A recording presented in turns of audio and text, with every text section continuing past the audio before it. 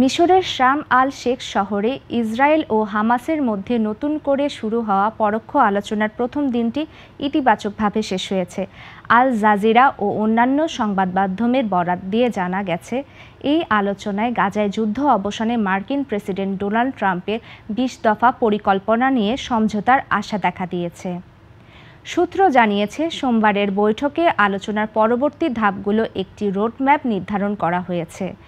আলোচনায় মূলত বন্দি বিনিময়, যুদ্ধবিরতি এবং গাজায় মানবিক সহায়তা পৌঁছানোর বিষয়গুলো উঠে আসে।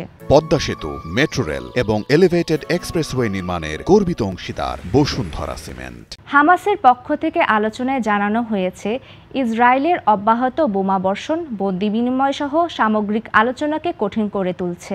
হামাসের প্রতিনিধি দলে ছিলেন হামাস নেতা খালিল আল হাইয়া ও জাহের জাবারিন।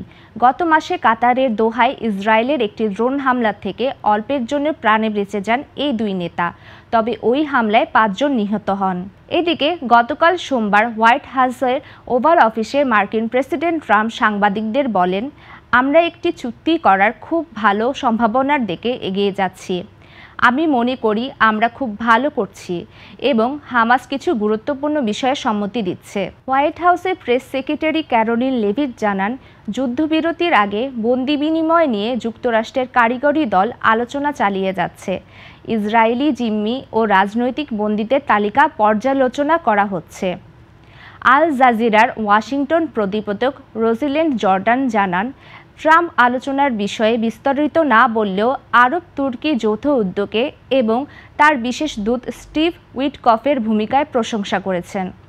ট্রাম্পের জামাতা ও রিয়েল এস্টেট ব্যবসায়ী জ্যারেড কুশনারকেও যুক্তরাষ্ট্রের আলোচক দলে দেখা গেছে।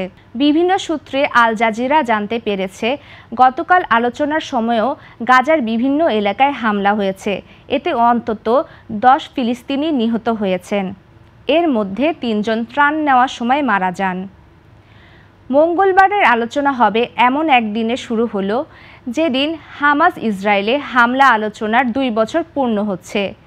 ২০২৩ সালের ৭ অক্টোবর ইসরায়েলে হামাসের হামলায় ১১৩৯ জন নিহত হন এবং প্রায় ২০০ জনকে জিম্মি করা হয়।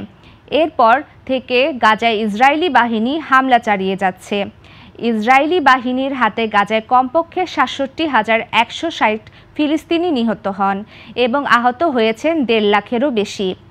জাতিসংঘ গণহত্যা গবেষক এবং মানবাধিকার সংস্থাগুলো এই যুদ্ধকে গণহত্যা বলে আখ্যায়িত করেছে।